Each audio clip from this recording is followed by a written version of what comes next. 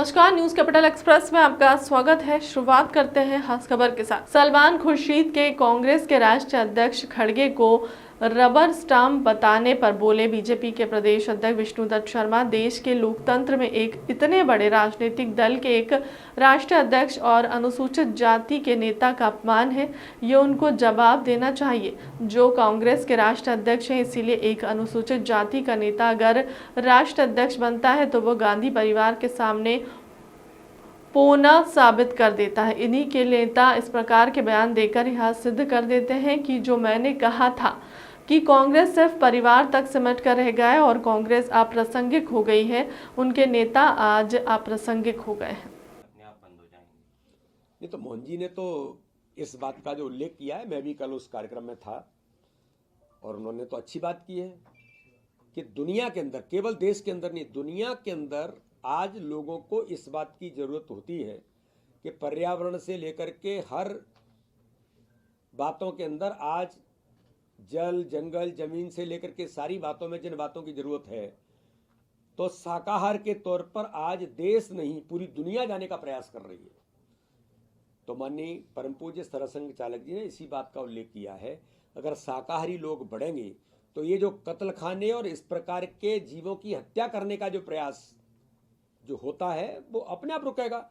जब मांसाहार करने वाले लोग नहीं होंगे तो नेचुरली इस प्रकार के कत्ल खाने देश के अंदर बंद होंगे। तो ये तो उन्होंने इस देश के लिए और दुनिया के लिए एक अच्छी बात कही। कांग्रेस ने आरोप लगाया है इसी को लेकर के कि बीजेपी खुद ही मीट अध्यक्ष है, लेकिन हमारा असली लीडर गांधी फैमिली है, तो इससे क्या मायने ये देश के लोकतंत्र में एक इतने बड़े राजनीतिक दल के एक राष्ट्रीय अध्यक्ष और अनुसूचित जाति के नेता का अपमान है।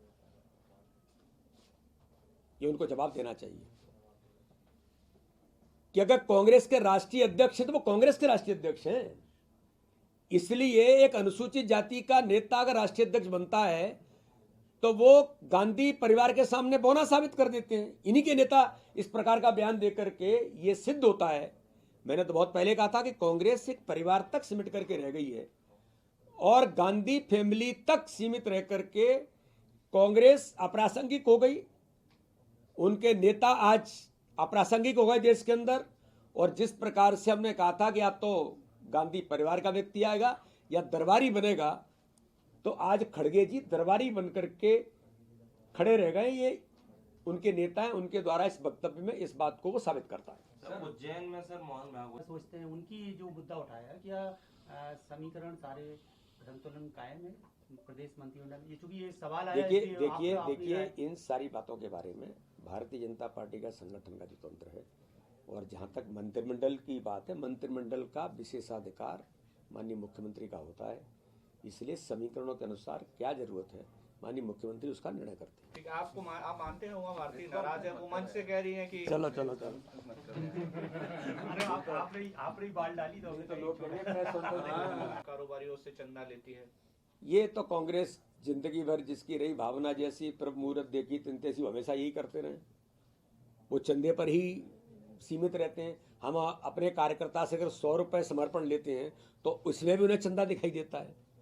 तो कांग्रेस, चूंकि मैं ऐसा मानता हूं कि कांग्रेस व्यवहारिक राजनीति न करके केवल आरोप प्रत्यारोप की राजनीति करके इस प्रकार से चीजें करने का प्रयास करती है। भारतीय जनता पार्टी अपने संगठन का काम अपने कार्यकर्ताओं के बल पर चलाती है। सर मध्य प्रदेश कांग्रेस ने दूसरा सर एक टोनी कह रहे हैं कि अल्पसंख्यकों से काम नहीं चलेगा, मोदी को हराना है तो हिंदुओं को भी जोड़ना पड़ेगा। कांग्रेस की ये वास्तविकता आज एंटनी जी ने उजागर की है कि कांग्रेस इस देश के अंदर राजनीति में हमेशा तुष्टीकरण करती रही है।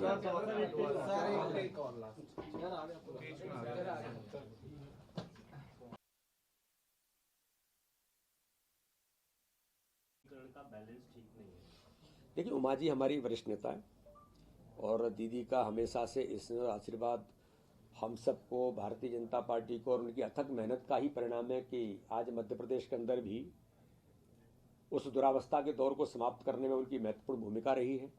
मैं ऐसा मानता हूं कि ऐसे सुझाव हम सब लोगों के लिए मार्गदर्शक हैं। इसलिए उन्होंने अगर कुछ कहा है तो उस पर हमें ध्यान देना, बात करना, ये हमारे लिए भी आवश्यक और हम जरूर करते हैं।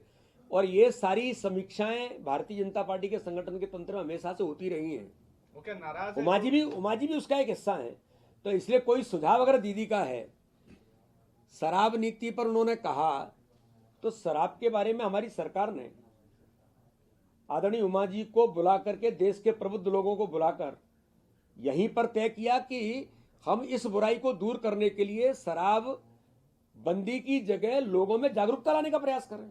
और हमने इसकी शुरुआत की, हमारे मुख्यमंत्री ने शुरुआत की है, सरकार ने शुरुआत की है, दीदी भी उसकी सहभागी बनी। तो सुझाव कोई गलत नहीं होते। सुझाव में अगर ऐसा लगता है कहीं कुछ बात ठीक करने की जरूरत है, ये तो नेचुरल है। आपको लगता है नाराज? सर जैसे उमा जी ने जो सुझाव दिया है,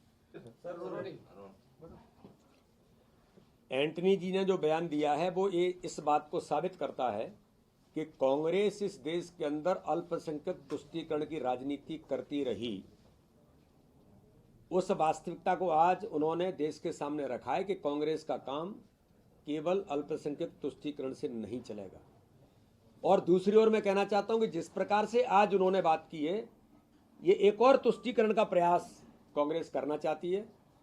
लेकिन भारत के प्रधानमंत्री नरेंद्र मोदी जी के नेतृत्व में सबका साथ, सबका विकास, सबका विश्वास, और माननीय प्रधानमंत्री ने कहा कि सबके प्रयासों से देश आगे बढ़ेगा, इसी संकल्प पर हम आगे बढ़ रहे हैं। इसलिए कांग्रेस की छटपटाहट और कांग्रेस का ये जो अल्पसंख्यक तुष्टीकरण की जो नीति है वो आज पूरे देश के अंदर दिखाई देती है। इसलिए कांग्रेस जनता को, समाज को वोट बैंक केवल मानती है। Bharatiya Janata party vote bank न मान करके देश को आगे कैसे बढ़ाना और जनता जनार्दन के लिए किस प्रकार से भारत के अंदर हम लोगों के लिए काम कर सकें, इस भूमिका में काम करती है। जनता को vote bank Bharatiya Janata party नहीं मानती। उनका कहना है कि सॉफ्ट हिंदुत्व के नाम पर मंदिर जाने वाले और तिलक लगाने वालों को टारगेट करना बंद करना चाहिए।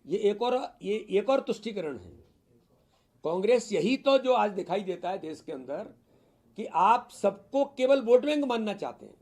माननीय प्रधानमंत्री या भारतीय जनता पार्टी जो कहती है कि हम राजनीति केवल वोट बैंक की राजनीति नहीं करते, हम देश के लिए, देश को आगे ले जाने के लिए, दुनिया के अंदर भारत के मान सम्मान के लिए, गरीबों के कल्याण के लिए हमारी सरकार और भारतीय जनता पार्टी कैसे काम करे, ये आज चरितार्थ होते देश के अंदर दिखाई देता है। कांग्रेस केवल जनता को या वर्गों को वोट बैंक के नाते से भारत की राजनीति में जो तुष्टीकरण करने का प्रयास करती है, ये दुर्भाग्यजनक है। सर, सलमान खुर्शीद कह में से 37 विधायकों की स्थिति मजबूत है और 17 पूर्व मंत्रियों की स्थिति मजबूत है। इसी के आधार पर 6 महीने पहले टिकट वितरण होगा।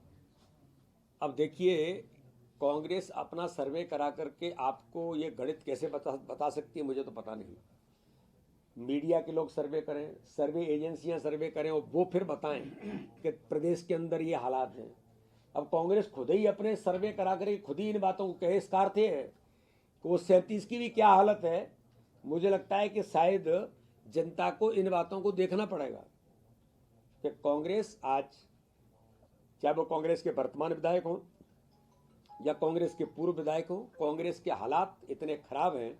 आगामी समय में गरीब कल्याण की योजनाओं की ताकत के बल पर, भारतीय जनता पार्टी के संगठन तंत्र की मजबूती और नेतृत्व के ऊपर जनता का जो विश्वास है, ये इस मध्य प्रदेश के अंदर भारतीय जनता पार्टी का परचम ही नहीं फहराएगा, इतिहास बनेगा। जो मैंने कहा था कि गुजरात की बयार, गुजरात की आंधी मध्य प्रदेश के अंदर भी आएगी और अगली बार 200 पार का नारा साकार नारा साबित होगा। ये मैं आपको विश्वास के साथ कहता हूँ। सर, उमा भारती जी का एक ट्वीट